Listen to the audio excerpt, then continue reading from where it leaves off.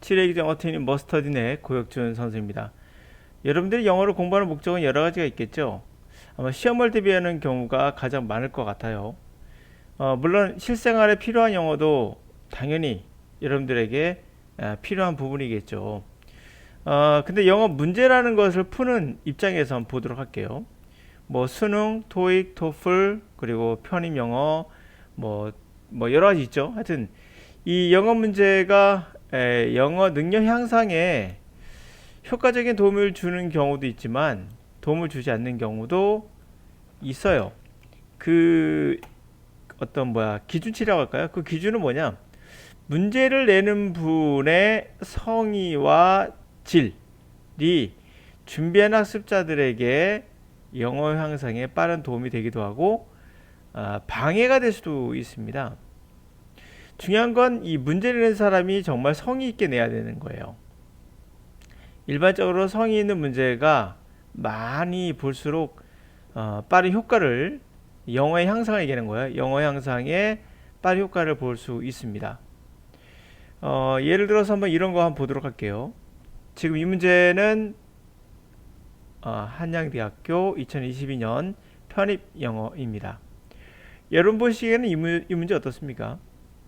이 문제를 저는 뭐 하루에 2만 개도 낼 수 있어요. 그 정도로 거저묻는 문제죠. 어차피 문제를 40개는 만들어야 되거든요. 문제가 40개니까. 뭐 문법적 지식을 평가한다고 하지만 문제 내는 사람에게는 가장 쉬운 문제예요. 그냥 대충 보고 관계사 의문사 툭 빼면 되는 거거든요. 그러면 문법 문제가 가장 쉽구나 알 수 있죠? 맞습니다. 아주 쉬워요. 제가 하루에 2만 개도 낼 수 있고요. 마음껏 낼 수 있습니다. 그 3번 문제 어떤가요? 마찬가지예요. 이 문제도 아주 쉽게 낼 수 있습니다. 이거 정답 2번이거든요. 하이포에 들어가면 복수를 쓰지 않아요. 형용사이기 때문에 그 빼야 되고. 이게 정말 쉽게 풀 수 있죠. 다시 말하면 이런 거는 여러분 영어 향상에 도움되지 않아요. 4번 보도록 할까요? 어휘 문제죠.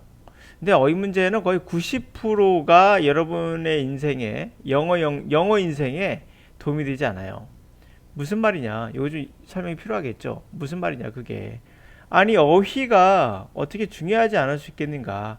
맞아요. 어휘 중요한 거 맞습니다. 그럼 이렇게 생각합시다. 자전거를 여러분이 배워요. 그럼 자전거 배우실 때 다리로 굴리나요? 아니면 팔로 굴리나요? 팔과 다리 동시에 사용하긴 하지만 가장 힘 있는 건 다리 힘이 있어야겠죠. 여러분 자전거 하기 전에 근력 운동부터 합니까? 자전거는 종합예술이거든요. 다리와 팔과 균형 감각, 제일 중요한 것도 균형 감각이죠. 선수가 아니고서야 일반인들은 그냥 자전거 배웁니다. 균형이 가장 중요하죠. 마찬가지로 영어도요. 균형이 중요해요. 단지 어휘만 갖고 되는 것도 아니고 문법적 실력만 갖고 되지 않아요. 결코 100% never 결코 될 수 없습니다. 이거 판타지예요. 판타지. 이거 알면 된다고 한다는 것은 판타지입니다. 그리고 이제 어휘 문제는 내게 되면 보다시피 이렇게 문제를 내게 되잖아요. 그냥 이거 알면 답이 풀려요. 그냥 이게 시기적절한 거거든요. 3번이네. 끝. 읽을 필요도 없죠. 물론 이 단어 모른다고 해서 우리가 읽어보면은 대충 어떤 게 맞겠다라는 걸 알 수는 있어요. 예를 들면 식민지의 개척이 상인 위주의 어떤 기업으로 시작됐고 회사가 당연히 어떤 거래 어떤 포스트를 세우면서 해변가에 세우면서 어쩌고저쩌고 하는데 그들이 어떠한 미디엄 매체가 되어 있죠. 교환의 매개체로서 뭘까요? 가장 무역의 거래의 외래적인 이국적인 시시한 솔직한 거칠에만 번들어한 당연히 시기적절한 그런 매개체를 이용했겠죠. 해석을 해도 물론 풀 수는 있지만 해석 못해도 푸는 지장 없어요. 이런 문제는 사실 앞에 있는 문법 문제보다는 조금 신경 쓴 거나 그러나 성의 없는 거 마찬가지예요. 그렇게 성의 들어가는 문제는 아닙니다. 자, 그럼 이런 문제 어떨까요? 여러분 보시기 5번하고 옆에 10번 문제 보세요. 같은 어휘 문제 같지만 완벽히 다른 문제예요. 10번 문제는 아주 성의가 들어간 문제예요. 이러한 성의가 들어간 문제는 여러분이 읽으면 읽을수록 영어 향상에 도움이 되고요. 이런 문제는 그렇게 썩 좋은 문제는 아니에요. 그냥 단어 하나 쑥 뺀 거거든요. 이건 단어 하나 뺀 게 아니에요. 전체를 알고 있어야 풀 수 있는 문제예요. 그럼 여러분 영어를 배우는 목적이 뭐죠? 자전거 타는 목적이 뭡니까? 당연히 자전거는 우리가 뭐 운동도 있지만은 즐기는 것도 있고 뭐 여러 가지가 포함되겠죠? 근데 영어라는 건 왜 하는 겁니까? 읽고, 쓰고, 말하고, 듣고 이거 아닙니까? 자전거를 통해서 다리 근육을 키우겠다고 생각하면서 자전거 타는 사람은 드물 거예요. 아마도. 아마 자전거에 어떤 레크레이션적인 그런 요소가 있잖아요. 달리면서 시원한 그런 느낌도 있고 그것도 즐기고 싶은 거거든요. 영어를 단어 암기는 바로 다리 근육, 종단지 단위 근육 이거 하나 키우겠다고 자전거가 잘 타는 건 아니잖아요. 영어도 단어 하나 갖고 모든 거를 뭐랄까요? 자전거 타겠다고 종아리 근육 키우는 거와 똑같은 거예요. 단어는. 그러므로 이런 것들은 예를 들어볼까요? Y라는 단어가 힌트인데 요 단어만 알면 그냥 풀리거든요.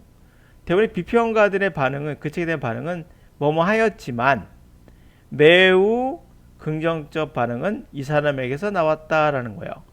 이 사람들 반응은 별로 좋지 않았겠죠. 부정적인 거예요. 그러니까 부정적인 건 뭘까요? 이것은 이건 거예요. 뜨뜻미지근. 사실 미지근, 뜨뜻미지근하였다 이런 뜻이죠.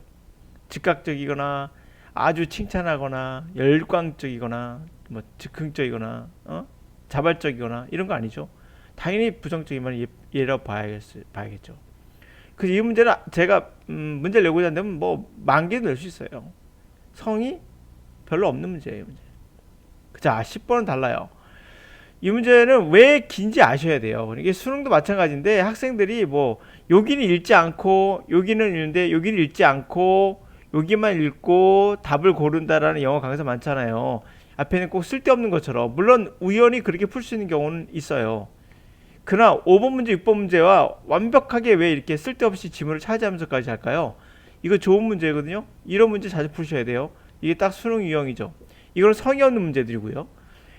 교수들도 귀찮아요. 이런 문제 되는 거. 귀찮을 겁니다. 아마 제 생각에.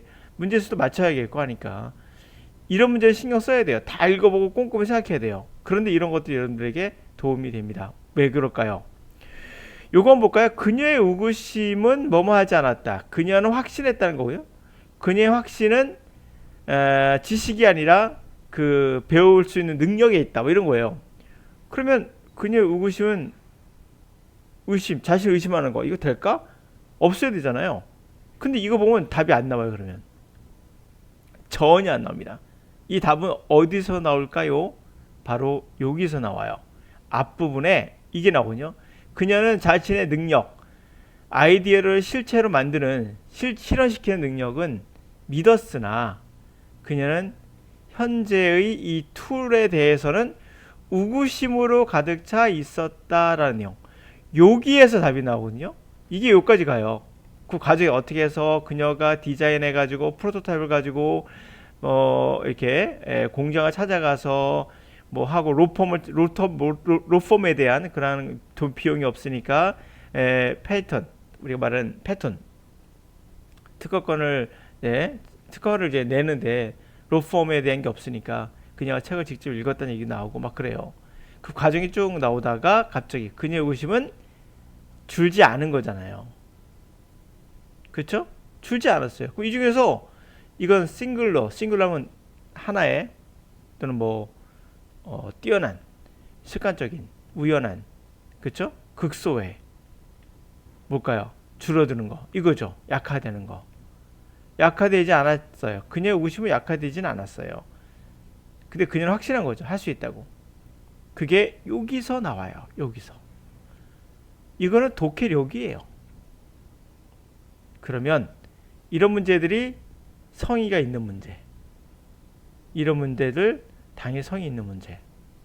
그리고 빈칸 성이 있겠죠. 문제 길면 길수록 성이 있는 거예요. 그만큼 생각을 많이 해야 되거든요. 필요 없다면 여기 잘라면 되거든요. 잘라서 내면 돼요. 필요 없어, 필요 없어, 다 필요 없어, 다 잘라 해서 여기만 내면 되겠죠. 어디서 볼까요? 이 문제가 되게 기나요? 아, 여기군요. 요거만 딱 내면 되잖아요. 쓸데없이 앞에 있는 거 왜 냅니까, 이거를? 자, 그런 형식에서 그렇다. 아, 이런 것들은 더 성이 있는 겁니다. 이유는 단어 하나가 아니라 길기 때문에. 이게 정답이라 가정한다면 나머지 다 영작하셔야 돼요. 교수님께서. 영작하는 거 쉽지 않아요. 그리고 이거와 비교해 가면서 생각을 해봐야 돼요. 오답률도 만들어야 되고. 이건 굉장히 성이 있는 거. 시간 많이 걸릴 겁니다, 아마. 그렇죠? 딱 봐도 알겠죠? 예? 이런 것들. 어? 이거 다 영작하신 거예요. 이거 성이 있는 문제입니다.